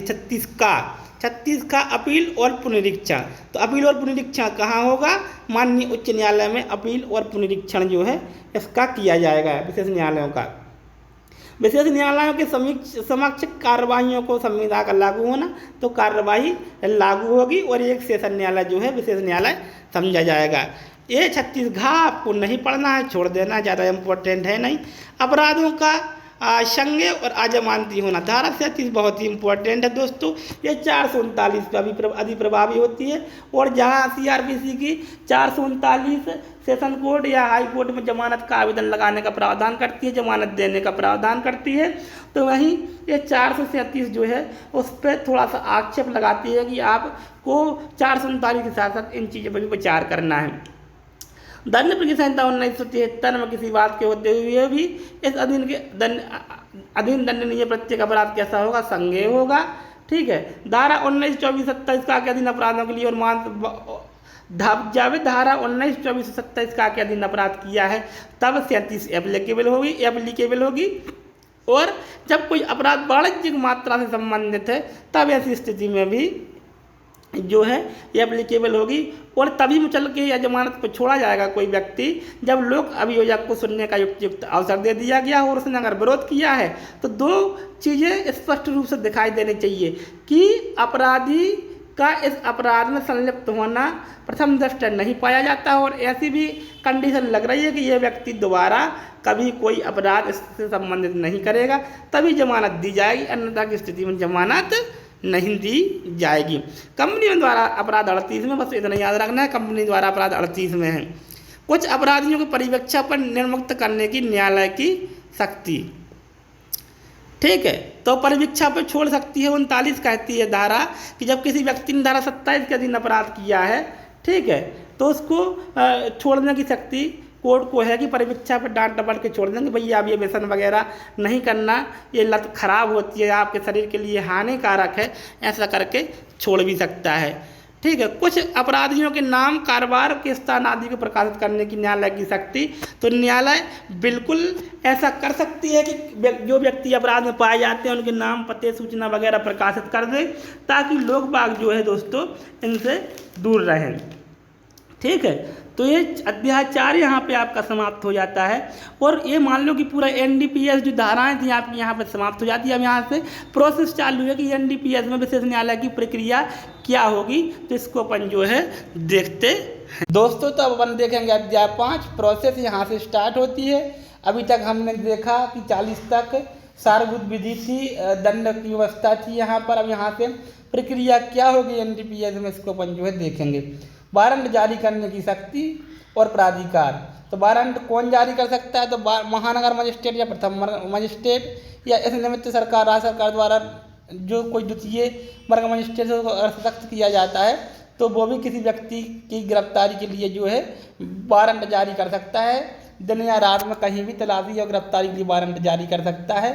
ठीक है, अगर उसको विश्वास करने का कारण है कि भाई यहाँ पे ये कोई मादक पदार्थ मिलने वाला है, ठीक है, कोई अपराध मतलब होने वाला है, या किसी भवन, प्रवण या स्थान की तलाशी लेनी है, तो वो वारंट जारी कर सकता है। तो इसमें आपको केवल इतना याद रखना है कि वारंट जारी करने की शक्ति और प्राधिकार किसमें है, प्रथम वर्ग मजिस्ट्रेट और न्यायिक मजिस्ट्रेट जो है इसकी वारंट जारी कर सकते हैं, या राज्य सरकार द्वारा इस निमित्त कोई विशेष सख्त किया गया द्वितीय वर्ग मजिस्ट्रेट। ठीक है, और दिन रात किसी भी समय के लिए वारंट जारी कर सकते हैं। ठीक है, भवन, प्रमाण और स्थान की तलाशी इसमें जो है हो सकती है। इतना ही आपको याद रखना है और कोई बात याद रखना नहीं है। दूसरी बात आती है, दूसरा चैप्टर अपन पढ़ लेंगे। केंद्रीय उत्पाद शुल्क, स्वापक, सीमा शुल्क, राजस्व, आसूचना विभागों या केंद्र सरकार किसी अन्य विभाग का, जिनके अंतर्गत देखो ये तो पुलिस हो गई, पुलिस के अलावा भी ये जो डिपार्टमेंट है, सैन्य बल, सशस्त्र बल भी हैं, राजपत्रित पंक्ति का ऐसा कोई अधिकारी से केंद्र सरकार द्वारा साधारण विशेष आदेश द्वारा इसमें स्पष्ट किया गया, अथवा किसी राज्य सरकार के राजस्व, औषधि नियंत्रण, उत्पाद शुल्क, पुलिस या किसी अन्य विभाग का कोई ऐसा अधिकारी राज्य की सरकार के साधारण विशेष आदेश द्वारा इसने सख्त किया है, यदि उसके पास व्यक्तिगत जानकारी या किसी व्यक्ति द्वारा दी गई लिखी गई इत्तला से या विश्वास करने का कारण कि किसी व्यक्ति के इस अधिनियम के अधीन दंडनीय कोई अपराध किया, तो ऐसी स्वापक औषधि बना नियंत्रित पदार्थ जिसकी बाबत इस अधिनियम के अधीन दंडनीय कोई अपराध किया गया है, या कोई ऐसी दस्तावेज या अन्य वस्तु जैसे अपराध किए जाने का साक्ष्य हो सकती है, या अवैध रूप से अर्जित की गई कोई संपत्ति, तो इनके लिए भी जो है वो किसी को भी तलाशी लेने के लिए प्राधिकृत कर सकता है। क्योंकि यहाँ पे दूसरा पैरा इसलिए पढ़ना आपको जरूरी है कि वहाँ मजिस्ट्रेट कर रहा था, जुडिशियल मजिस्ट्रेट, और यहाँ पर राजपत्रित अधिकारी कोई भी जो राज्य सरकार द्वारा सशक्त किया गया है साधारण विधिक आदेश द्वारा, वो भी खुद या किसी अपने अधीनस्थ को जो है तलाशी के लिए प्राधिकृत कर सकता है और वो तलाशी ले सकता है। ठीक है। 3 नंबर आती है, ऐसे अधिकारी को जिसको धारा 1 के अधीन कोई वारंट संबोधित किया गया है और ऐसे अधिकारी को जो गिरफ्तारी या तलाशी को प्राधिकृत किया गया है, ऐसे अधिकारी को जैसे धारा 2 के इस प्रकार प्राधिकृत किया गया है, धारा 42 के अधीन कार्य करने वाली अधिकारी की सभी शक्तियाँ होंगी। धारा 42 में अभी ऑफिसर्स पढ़ेंगे अपन में कौन कौन ऑफिसर्स हैं, तो उनकी सभी शक्तियाँ होंगी। अगर वारंट किसी को भी निष्पादित किया मतलब दिया गया है किसका निष्पादन करना है, चाहे वो जुडिशियल मजिस्ट्रेट द्वारा दिया गया हो या राजपत्रित अधिकारी द्वारा दिया गया हो। ठीक है। अब आती है धारा 42, वारंट या प्राधिकार के बिना प्रवेश, तलाशी, अभिग्रहण और गिरफ्तार करने की शक्ति। वारंट के बिना, ठीक है, या प्राधिकार के बिना, या तो गवर्नमेंट ने प्राधिकार भी नहीं दिया है और मजिस्ट्रेट ने वारंट भी नहीं दिया है, इन दोनों चीज़ों के बिना कब प्रवेश, तलाशी और अभिग्रहण और गिरफ्तार कर सकते हैं, इसकी शक्ति कहाँ है। तो केंद्रीय उत्पाद शुल्क ये सब जो है इतने विभाग हैं, ऐसा कोई भी अधिकारी तो चपरासी, सिपाही या कांस्टेबल की पंक्ति से वरिष्ठ है। केवल चपरासी, सिपाही और कांस्टेबल ऐसा काम नहीं कर सकता। कांस्टेबल से ऊपर होता है हेड कांस्टेबल। हेड कांस्टेबल भी अगर चाहे, उसको कोई सूचना मिलती है, ठीक है, या किसी या उसको कोई सूचना मिलती है कि यहाँ पर जो है कोई मादक पदार्थ मिलने वाला है या कोई अवैध इस अधिनियम का उल्लंघन हो रहा है, ठीक है, तो वह सूर्यास्त और सूर्योदय के बीच, ठीक है, क्या कर सकता है, किसी ऐसे भवन, प्रमाण या स्थान में प्रवेश करेगा और उसकी तलाशी ले सकेगा। प्रतिरोध की दिशा में किसी द्वार को अगर कोई रोकता है, नहीं आने देता है, किसी द्वार को तोड़ सकेगा, वहाँ से प्रवेश करने में किसी अन्य बाधा को हटा सकेगा।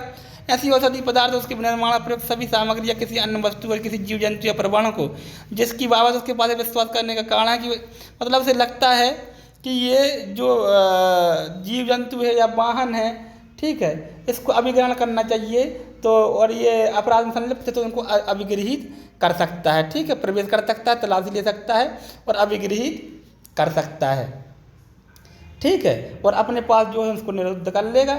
ठीक है, लेकिन अगर जो इसमें एक चीज़ और है कि अगर किसी लाइसेंस है किसी व्यक्ति के पास इन सब कामों को करने का और उसके यहाँ छापा मारना है, तो उपनिरीक्षक की पंक्ति से नीचे का व्यक्ति जो है नहीं जाएगा। वहाँ पे कम से कम ऐसा ही होना चाहिए।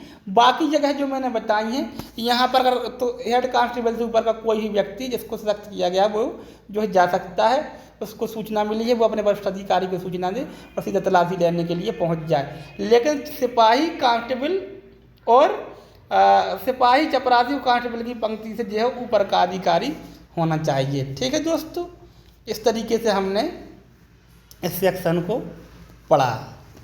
ठीक है, अब दूसरी चीज़ है कि सबसे पहले परंतु अपन को इसका पढ़ना चाहिए, परंतु यह होगा कि यदि ऐसे अधिकारी के पास यह विश्वास करने के कारण तलाशी वारंट के अपराधिकार के साक्ष्य छुपाने के लिए अवसर दिए बिना या किसी अपराधी को नकल भागने के लिए सुविधा दिए बिना प्राप्त नहीं किया जा सकता है, तो सूर्योदय और सूर्योदय के बीच किसी भी समय ऐसे भवन, प्रमाण या परिवेष्ट स्थान में अपने विश्वास के आधार पर लेखबद्ध करने के पश्चात प्रवेश कर सकेगा, तलाशी ले सकेगा। भवन, जैसे मान लो अभी लोक स्थान के लिए बात थी 42 में कि लोक स्थान में अगर कोई बात आती है तो बिना वारंट के गिरफ्तार कर लो। अगर किसी के घर वगैरह में घुसना है अगर, ठीक है, तो उसके लिए वारंट की आवश्यकता थी। लेकिन अगर उस अधिकारी को लगता है कि ये भाग जाएगा या इस माल को कहीं छुपा देगा फिर हमें मिल नहीं पाएगा, तो सूर्योदय और सूर्यास्त के बीच केवल रात को छोड़कर किसी घर में भी, प्रबंधन में भी और किसी प्राइवेट स्थान में भी जो है जाके तलाशी ले सकता है। लेकिन ऐसे अपने कारण जो है उसमें लिखेगा, 72 घंटे के अंदर अपने वरिष्ठ अधिकारी को, पदी में वरिष्ठ अधिकारी को सूचना देगा लिखित में कि हमने ऐसा ऐसा ये काम कर लिया है और ये हमारे यहाँ कंडीशन बन गई थी, अगर हम ऐसा नहीं करते तो वो भाग जाता या हम मिल नहीं पाता या छिपा देता या वो लोग बदल जाते, कुछ भी यहाँ पे कंडीशन हो जाती, इसलिए मैंने तलाशी जो है ले ली है। 43 आती है लोक स्थान में अभिग्रहण और गिरफ्तारी करने की शक्ति। अब ये पब्लिक प्लेस के लिए है। धारा 42 में उल्लिखित किसी विभाग का कोई अधिकारी, जो भी विभाग दिए गए हैं किसी भी डिपार्टमेंट का जिसको सशक्त किया गया है, ठीक है, पुलिस तो है ये, फिर उसमें का किसी लोक स्थान में अभियान में किसी ऐसे स्वापक औषधि या मनाप्रवाही पदार्थ नियंत्रित पदार्थ, कौन कौन सी चीज़ें, स्वापक औषधि या मनाप्रवाही पदार्थ या नियंत्रित पदार्थ को, ठीक है। उसके पास यह जो विश्वास करने का कारण है कि इससे प्रवहन हो रहा है, कोई जीव जंतु या वाहन से कोई वस्तु ऐसी जा रही है जो अधिहरणीय है, ठीक है, और ये इस अधिनियम के दंडनीय उल्लंघन कर रही है और ये साक्ष्य के रूप में इसका उपयोग हो सकता है, ठीक है। और धारा अध्याय 5 का के अधीन अधिग्रहणीय है तो क्या करेगा, उसको अभिहित कर सकेगा, अपने कब्जे में ले लेगा उस संपत्ति को और उस व्यक्ति को, ठीक है दोस्तों। अब इसको खाकों पर पढ़ते हैं। ऐसे किसी व्यक्ति को जिसके बारे में उसके पास यह विश्वास करने का कारण है कि उसने अधिनियम के दिन दंडनीय कोई अपराध किया, निरुद्ध कर सकेगा, डिटेंशन में अपने ले सकेगा और उसकी तलाशी ले सकेगा, तथा यदि ऐसे व्यक्ति कब्जे में कोई स्वापक औषधि, देखो मतलब पब्लिक प्लेस से पाया गया तो उसकी क्या कर सकेगा, तलाशी ले सकेगा। ऐसे व्यक्ति कब्जे में कोई स्वापक औषधि मनाप्रवाही पदार्थ अथवा नियंत्रित पदार्थ है और ऐसा कब्जा उसे विधि विरुद्ध प्रतीत होता है तो उसके बारे में उसके साथ किसी अन्य व्यक्ति को गिरफ्तार कर सकेगा, ठीक है।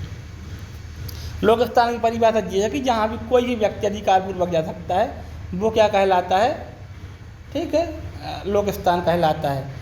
अब आते हैं कोका के पौधे, अफीम पोस्त और कैबिनेट के पौधे संबंधित अपराधों के प्रवेश, तलाशी, अभिग्रहणों और गिरफ्तार करने की शक्ति। तो अभी हमने जो है औषधियों मनाप्रवाही पदार्थ के बारे में पढ़ा था। अब कोका के पौधे, अफीम के पोस्त, कैबिनेट के पौधे भी अगर पाए जाते हैं तो 41, 42, 43 की सेम कंडीशन जो है यहाँ पर लागू होगी, अलग से पढ़ने की आवश्यकता नहीं है। ये माना जाएगा कि वहाँ पे वही चीज़ें लिखी हैं, तो 4 चीज़ें हो गई, ठीक है। एक में वारंट हो रहा है जारी, वारंट में तलाशी हो रही है, ठीक है। फिर 43 में लोक स्थान में तलाशी हो रही है, 44 में इन पौधों वगैरह के लिए जानकारी दी गई है। धारा आती है 45, जहाँ अधिग्रहण के लिए दायी माल का अभिग्रहण साध्य नहीं है वहाँ पर प्रक्रिया, जहाँ पर उसको उठा के उस माल को नहीं लाया जा सकता वहाँ पर क्या प्रक्रिया होगी। मान लो कोई खड़ी फसल है तो उसको कैसे लाएगा, तो उसको जिसको जो मालिक है जिसने फसल बोई है वहाँ पर निर्देश दे सकता है कि इस फसल की कटाई या अन्य बयान या कोई भी काम बिना अधिकारी की मंजूरी के, पूर्व अनुज्ञा के नहीं होगा। 40 कहती है अवैध खेती की इत्तला देने का भूधारक का कर्तव्य। तो यहाँ पे यह है कि अगर किसी भूधारक के ज़मीन पे कोई व्यक्ति अवैध रूप से कब्जा करता है, खेती करता है ये दंडनीय अपराध की, तो उसका ये कर्तव्य है कि वो जाके पुलिस को सूचना दे, ठीक है। अगर ऐसा नहीं करेगा तो दंड का भागी होगा। अवैध खेती की इत्तला देने कुछ अधिकारियों का कर्तव्य, गाँव के जो सरपंच होते हैं, उप पंच होते हैं, अन्य अधिकारी, ठीक है, जो भी होते हैं सरकार के सभी अगर उन्हें कहीं लगता है कि कहीं अवैध खेती वगैरह हो रही है तो वो जानकारी देने के लिए बाध्य हैं, उन्हें देना पड़ेगी, नहीं देंगे तो दंड के भागी होंगे। 48 अवैध रूप से की गई खेती की फसल को पूरा करने की शक्ति। तो कोई महानगर मजिस्ट्रेट, प्रथम वर्ग न्यायिक मजिस्ट्रेट, ठीक है, राज्य सरकार जिस किसी प्राधिकारी को राजपत्य पंक्ति से नीचे का ना हो, ठीक है, ऐसा कोई व्यक्ति जो है जो सख्त किया गया है कुर्क करने का आदेश दे सकता है कि जो फसल वगैरह की अवैध खेती हुई है इसको कुर्क कर लो और अपने कब्जे में ले लो। 39 कहती है प्रवहन को रोकने और उसकी तलाशी लेने की शक्ति है। अगर पता चल रहा है कि कोई प्रवहन है, किसी वाहन में कोई माल जा रहा है तो उसको रोकने की शक्ति है। अगर हवाई जहाज वगैरह में जा रहा है तो उसको लैंडिंग कराने की पावर है, और अगर नहीं रुकता है तो वहाँ पे गोली चलाने का भी अधिकार जो है अधिकारियों को हो सकता है, वो गोलीबारी भी वहाँ पे हो सकती है। बेशर्त जिनके अधीन व्यक्तियों की तलाशी ली जाएगी। तलाशी किन शर्तों के अधीन ली जाएगी, धारा 50 करती है, वेरी वेरी इंपॉर्टेंट है। जहाँ धारा 42, 43, 41 और 43 के अधीन जो है किसी व्यक्ति की तलाशी ली जानी है। अगर वह व्यक्ति ऐसी अपेक्षा करता है कि हमें मजिस्ट्रेट के सामने ले जाया जाए और वहाँ पे हमारी तलाशी ली जाए तो बिना विलंब के नगरतम राजपत्रित अधिकारी या नगरतम मजिस्ट्रेट के पास ले जाया जाएगा, ठीक है, और वहाँ पे उसकी तलाशी ली जाएगी। अगर वो कहता है कि हमारी तलाशी इनके सामने लो तो ली जाएगी। जब तक अगर नहीं ले जा पाता है तो पुलिस अधिकारी उसको अपने पास निरुद्ध रखेगा और फिर बिना विलंब के कहाँ ले जाएगा, उनके पास ले जाएगा। और अगर मजिस्ट्रेट या राजपत्रित अधिकारी को लगता है कि इसके कोई कारण नहीं तलाशी लेने का, उसको छोड़ देगा, अन्यथा की स्थिति में उसकी तलाशी ली जाएगी, ठीक है। लेकिन किसी स्त्री की तलाशी बिना किसी स्त्री के जो है नहीं ली जाएगी, ठीक है। अगर धारा 5 कहती है अगर उस अधिकारी को लगता है कि अगर ये माल ज़्यादा है, किसी वाहन में है, बैग में है, मतलब इस व्यक्ति को मजिस्ट्रेट के समक्ष ले जाया जाता तो इसलिए माल से अलग हो जाएगा, तब ऐसी कंडीशन में वो कहीं नहीं ले जाएगा और वहाँ पर ही जो है तलाशी कर सकता है और करेगा। ठीक है, लेकिन 72 के घंटे में ऐसा कर लेता है, उनके सामने नहीं ले जाता है, 72 घंटे के अंदर अपने वरिष्ठ अधिकारी को उसकी सूचना भेज देगा। ठीक है, आती है 51 दंड प्रक्रिया संहिता 1974 के उपबंधों का वारंट, गिरफ्तारी, तलाशी, अभिग्रहण को लागू होना। जहाँ तक वो इस अधिनियम से असंगत नहीं होंगे, गिरफ्तारी, तलाशी, अभिग्रहण के नियम वो लागू होंगे यहाँ पे। गिरफ्तार किए गए व्यक्तियों और अभिगृहित वस्तुओं का निपटारा। ठीक है, तो 42, 43, 44 के दिन जो गिरफ्तारियाँ की गई हैं या वस्तुएं हैं तो उनको मजिस्ट्रेट के समक्ष बिना विलंब के जो है पेश किया जाएगा। ठीक है, और वो या तो उसको सुपुर्दनामा देगा वस्तु को या नहीं देगा, व्यक्ति को जेल भेज देगा या जो भी उसको करना होगा अपने हिसाब से वो करेगा, ऐसे उसका जो है निपटारा किया जाएगा। ठीक है, अब आती है हमारी जो है धारा आती है अभिगृहित स्वापक औषधीय मना प्रभावित पदार्थों का बयान। तो केवल इतना पढ़ना है कि 52 काम, ये सभी जानते हैं अपन लोग लॉ वाले की बयान मानो मजिस्ट्रेट उसका फर्क बता देगा लास्ट में ऑर्डर करके कि इनका क्या करना है, इनको फेंकना है, नीलामी करनी है या किसी दवाई की कंपनी को देना, क्या करना है उसका, तो उसमें ज़्यादा अपन को दिमाग नहीं लगाना है। 53 जो है अपनी पुलिस थाने के बाहर साधक अधिकारी की शक्तियाँ कुछ विभागों के अधिकारियों में निहित होना। तो केंद्र सरकार, राज्य सरकार से परामर्श के पश्चात जो पुलिस की शक्तियाँ हैं इस मामले में, इस अधिनियम के मामले में, वो अन्य डिपार्टमेंटों के जैसे केंद्रीय उत्पाद शुल्क है, स्वापक सीमा शुल्क है, राजस्व सूचना है या किसी मिलिट्री फोर्सेस है, इनको भी शक्तियाँ दे सकते हैं कि आप भी पावरफुल हैं ऐसी चीज़ों को पकड़ने के लिए। अगर आपको कहीं कोई ऐसी जानकारी मिलती है तो आप गिरफ्तार कर लें बाकायदा, कोई दिक्कत की बात नहीं है। कतिपय परिस्थितियों में कथनों की सुसंगति, अगर अन्वेषण में कोई कथन हो जाते हैं, ठीक है, और वो व्यक्ति एक बार इसको पढ़ लेते हैं। अपराधों का अन्वेषण करने के लिए धारा 53 के अधीन सशक्त किसी प्राधिकारी के समक्ष, कोई प्राधिकारी है जिसने धारा 53 के अंदर सख्त किया है अन्य लोगों को जो पुलिस डिपार्टमेंट के नहीं है, ऐसे अधिकारी द्वारा की गई जांच या कार्रवाई के दौरान किसी व्यक्ति द्वारा किया गया कोई हस्ताक्षरित कथन है, उसने साइन करके कोई कथन दिया है, उसमें अंतर्विष्ट तथ्यों की सत्यता साबित करने के यानी कि इस दिन में किसी अपराध में किसी अभियोग में सुसंगत होगा कि ये सत्य था कि नहीं, तो वो सारे जो कथन लिए गए हैं यहाँ पर रिलेवेंट होंगे और उनकी गवाही दी जा सकती है। कंडीशन, जब ऐसा कथन करने वाला व्यक्ति की मृत्यु हो गई है, वह मिल नहीं सकता है या साक्ष्य देने में असमर्थ है या प्रतिपक्षी द्वारा उसे पहुँच के बाहर कर दिया गया है या उसकी उपस्थिति से निलंबित या व्यय की बिना जितना की माल की उपस्थिति में न्यायालय आयुक्त समझता है अभी प्राप्त नहीं की जा सकती है। अब मान लो मर गया है कोई व्यक्ति या बहुत ज़्यादा बाहर चला गया है या लाखों रुपए का खर्चा होना है, तो जो बयान हस्ताक्षरित हैं वहाँ पर जो उसने दिए थे वही बयान यहाँ पर रिलेवेंट हो जाएंगे, उन्हीं को पढ़ लिया जाएगा, इस व्यक्ति को नहीं बुलाया जाएगा। ठीक है। हाँ, जब कथन करने वाले व्यक्ति के न्यायालय के समक्ष मामले साक्ष्य की परीक्षा की जाती है और मामले की परिस्थितियों को ध्यान में रखते न्यायालय की राय कि न्याय के हित में कथनों को साक्ष्य में ग्रहण कर लिया जाना चाहिए। और जब वह व्यक्ति साक्ष्य देने आता है यहाँ पर न्यायालय में, उसे लगता है कि ये कथन भी पढ़ने की आवश्यकता है, तो वो उसको ले लेगा, कोई बड़ी बात यहाँ पे नहीं है कोर्ट के लिए। ठीक है। अब उपधारा 2 पढ़ते हैं। उपधारा 1 बंद जहाँ तक हो सके नियम उसका दिन बनाया, किसी नियम का दिन किसी कार्रवाई के संबंध में जो किसी न्यायालय के समक्ष कार्रवाई से भिन्न है उसी प्रकार लागू होंगे। ये यही कोई इम्पोर्टेंट नहीं है, इसको नहीं पढ़ना है। 54 आती है अवैध वस्तुओं कब्जे की उदाहरण। तो जब कोई बनावटी पदार्थ या ऐसी इलीगल सामग्री आपके पास मिलती है किसी व्यक्ति के पास, तो ये अवधारणा करेगी कोर्ट कि आपका जो है आप इस अधिनियम का उल्लंघन करने वाले थे और आपका अविधिपूर्ण उद्देश्य था, आप अपराध करने वाले थे। ठीक है। 55 और 56 छोड़ देना। 56 में केवल ये है कि सब पुलिस अधिकारी एक दूसरे की सहायता करेंगे, बाध्य हैं इस अधिनियम के अंतर्गत काम करने के लिए। गिरफ्तारी और अभिग्रहण की रिपोर्ट। ठीक है दोस्तों, गिरफ्तारी और अभिग्रहण की रिपोर्ट जब कोई व्यक्ति इस अधिनियम के मतलब जो कोई व्यक्ति है, ठीक है, गिरफ्तारी या अभिग्रहण करता है किसी संपत्ति का, ठीक है, तो 48 घंटे के भीतर अपने पदीय कर्तव्य में वरिष्ठ व्यक्ति को इसकी सूचना देगा। 57 बात कहती है। ठीक है, 57 छोड़ देना, कोई ज़रूरी नहीं है इसको पढ़ना। अब आती है 58, तंग करने वाले, प्रवेश, तलाशी, अभिग्रहण या गिरफ्तारी के लिए दंड। जो कोई व्यक्ति किसी व्यक्ति को मिथ्या सूचना देता है कि किसी व्यक्ति को तंग किया जाए, ठीक है, और तलाशी लिखवाता है, तो उसके लिए 6 माह तक की सजा का प्रावधान है और 1000 रुपये तक का जुर्माना। लेकिन अगर जब ये साबित हो जाता है कि उन्हें दुर्भावपूर्वक ये गलत सूचना दी थी, 2 वर्ष तक की सजा हो सकेगी या जुर्माना, या दोनों से दंडित किया सकेगा। यह उस व्यक्ति के लिए है जो तंग करने के उद्देश्य से पुलिस को बुलाया, किसी व्यक्ति के यहाँ कह दी कि इसके यहाँ इतना इतना माल पड़ा है, तो बेचारी पुलिस भी परेशान हुई और वो व्यक्ति भी परेशान हुआ, ठीक है। अधिकारी कर्तव्य में असफलता या इस नियम के उपबंधों के उल्लंघन में उसकी मनानुकूलता, ठीक है।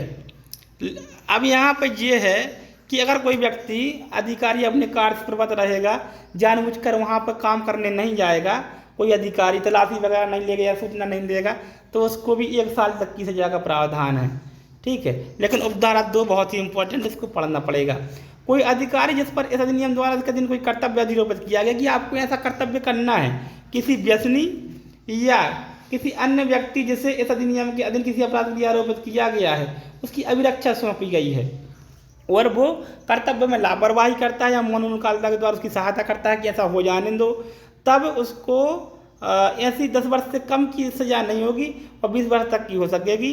जुर्माना 1 लाख से कम नहीं होगा, किंतु 2 लाख तक का हो सकेगा, ठीक है। इस बड़े दंड से दंडित किया जाएगा जब जानबूझ के वो होने देता है, उसकी ड्यूटी थी कि ऐसा नहीं होना चाहिए, जब जानबूझ के होने देता है और पर्याप्त कारण भी नहीं बताता है, ठीक है। अब अवैध औषधीय पदार्थों, पौधों और वस्तुओं और प्रवहणों का अधिग्रहण किए जाने का दायी होना, ठीक है। गवर्नमेंट चाहे तो इसको अपने अधिग्रहण में ले सकती है। कई पदार्थ मिले हैं, पौधे मिले हैं, वस्तुएं मिले हैं, वाहन वगैरह मिले हैं, तो उनको अपने कब्जे में ले सकती है कि ये हमें अब वापस नहीं करना है, न्यायालय के निपटारे तक ये हमारे पास ही रहेंगे, ताकि इनसे आगे का और जो कोई है इनसे अवैध व्यापार या अवैध कार्य ना हो पाए। धारा 60 अधिग्रहण की कार्यवाही की दोस्तों बात करती है। अवैध औषधियों का पदार्थों को छिपाने के लिए उपयोग में लाए गए माल का अभिग्रहण। जो अवैध औषधीय पदार्थ हैं, इनको छिपाने के उपयोग में जो भी माल लाया जाता है, छिपाया जाता है, तो सारा का सारा माल वो क्या है, अधिग्रहणीय होगा। धारा 61 कहती है, ठीक है, कि सारी की सारी चीज़ें वो क्या कर ली जाएंगी, अधिग्रहित कर ली जाएंगी। 62 कहती है अवैध औषधियों या पदार्थों के विक्रय के आगमों का अधिग्रहण। मान लो कोई अवैध औषधि या पदार्थ है, उसका विक्रय हुआ, जो भी पैसा उससे आया या पैसे से जो संपत्ति बनाई गई है, उसका भी अधिग्रहण गवर्नमेंट कर लेगी और बोल लेगी भैया इसके मालिक आप नहीं हो, इसके मालिक अब हम हैं। अधिग्रहण करने की प्रक्रिया इसको देख लेते हैं, ठीक है। प्रक्रिया दी गई है अपनी 63 में। इस अधिनियम के अधीन अपराधों के विचारण में चाहे अभियुक्त को सिद्ध दोष मुक्ति अनुमोचित किया जाता है, न्यायालय यह विनिश्चय करेगा। विनिश्चय कौन करेगा? न्यायालय। कि क्या इस अधिनियम के अधीन अभिगृहित कोई वस्तु या चीज धारा 60, 61, 62 के अधीन अधिग्रहण की दायी है, और यदि वह निश्चय करता है कि इस प्रकार अधिग्रहण के लिए दायी है, तो तदनुसार अधिग्रहण का आदेश देगा कि भैया ये गवर्नमेंट में राजसाज जो है हो जाएगी। जहाँ इस अधिनियम के अधीन अभिगृहित कोई वस्तु या चीज धारा 60, 61 या 62 के अधीन अधिग्रहण के लिए दायी होती है, किंतु वह व्यक्ति जिसने उसके संबंध में अपराध किया ज्ञात नहीं है, पाया नहीं जाता सकता है, वहाँ न्यायालय दायित्व के बारे में जांच कर सके तो तदनुसार अधिग्रहण का आदेश कर सकेगा जांच करने के बाद, ठीक है। परंतु जैसे मान लो उसको मिलती है कोई वस्तु के या कोई यदि माल पड़ा मिलता है किसी कार वगैरह में, और तो उसका कोई मालिक नहीं है, तो उसके विरुद्ध भी वो अधिग्रहण का आदेश पारित कर सकता है। लेकिन 1 माह का इंतजार करना पड़ेगा कि कोई व्यक्ति इस पर दावा आपत्ति लेने के लिए तो नहीं आता है, ठीक है। और अगर कोई मान लो चीज़ें ऐसी थी कि तो क्षयशील खराब हो जाती है, उसका विक्रय कर दिया जाता है, तो उसके आगम सुरक्षित रखे जाएंगे 1 महीने तक, और अगर कोई याद आता है तो उसको वो वापस कर दिया जाएगा। अभियोजन से उन्मुक्ति देने की शक्ति।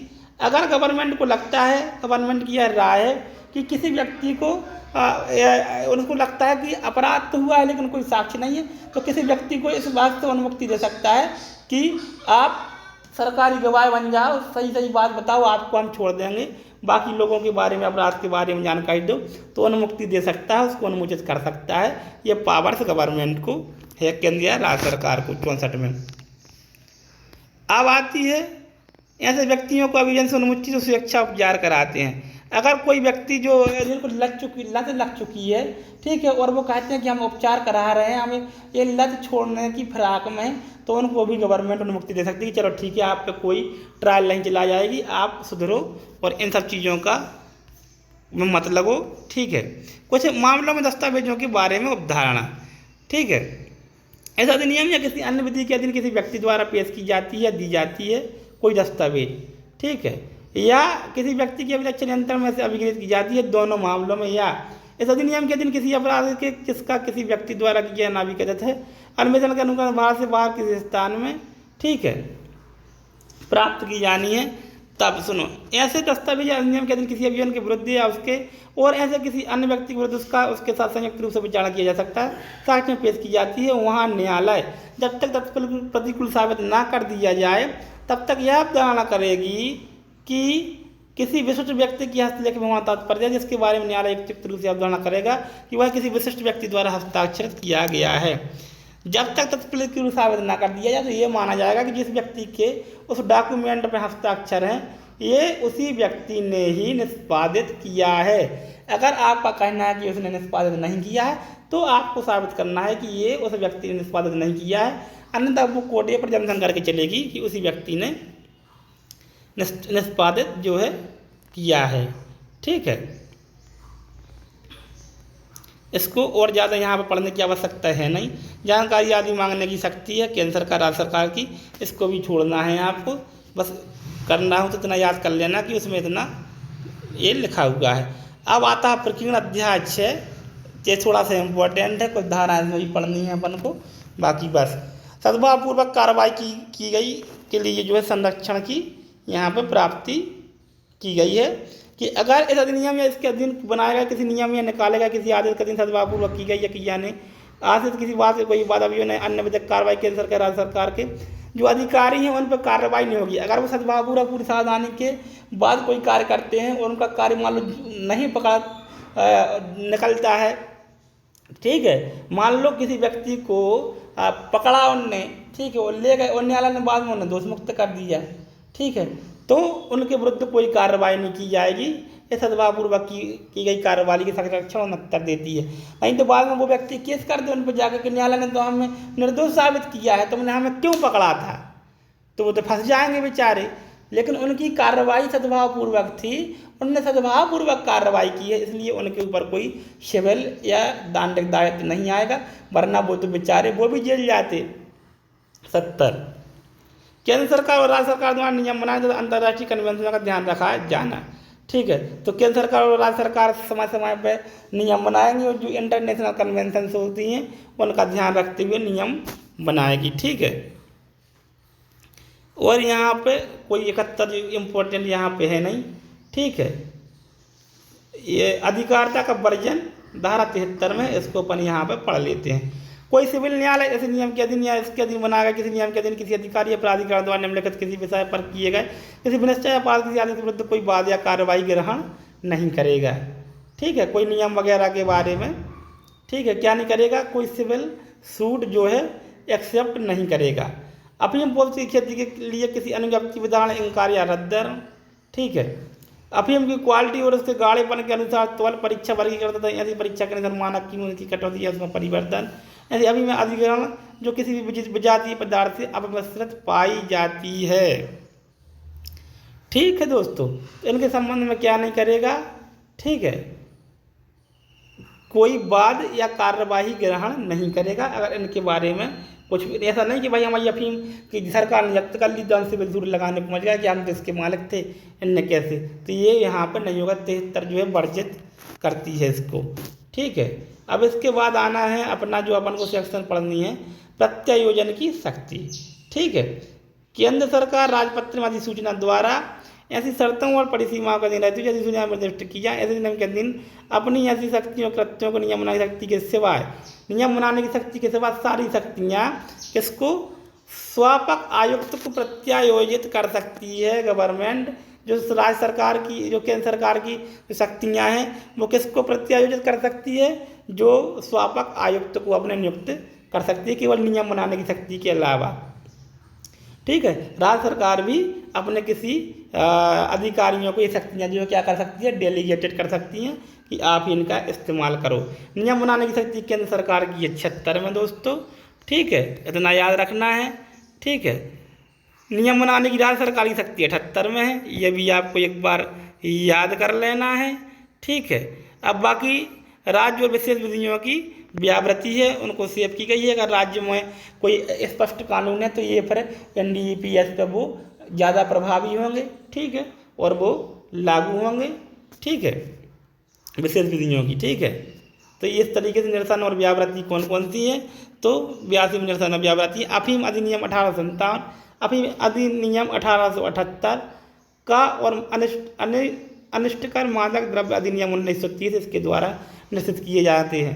अफीम के बारे में अलग अधिनियम था, मादक द्रव्य के बारे में अलग अधिनियम था, तो इन सबको निश्चित कर दिया गया और एक अधिनियम जो है पूरा का पूरा बना दिया गया है, ठीक है। लेकिन इसके पहले की जो कार्रवाई थी उन अधिनियम की वो सारी की सारी वैध मानी जाएंगी। कठिनाइयों को दूर करने की शक्ति की उसके पास है, केंद्र सरकार के पास है। तो इस तरीके से दोस्तों हमने ये एक्ट पढ़ा, बहुत ही आसान भाषा में पढ़ने का प्रयास किया। अगर आपको समझ आ गया हो तो वीडियो को लाइक कर देना। बहुत बहुत धन्यवाद।